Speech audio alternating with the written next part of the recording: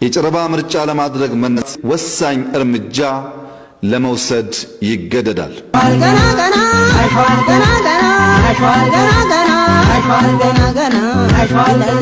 ይህንን ኃላፊነት ለመወጣት አስፈላጊውን እርምጃ ለመውሰድ ዝግጁ ነን።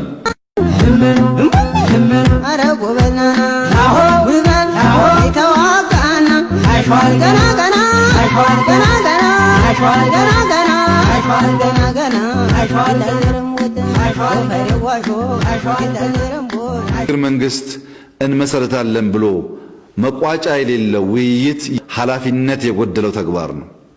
ህገወጥ ብቻ ሳይሆን አደገኛም ነው።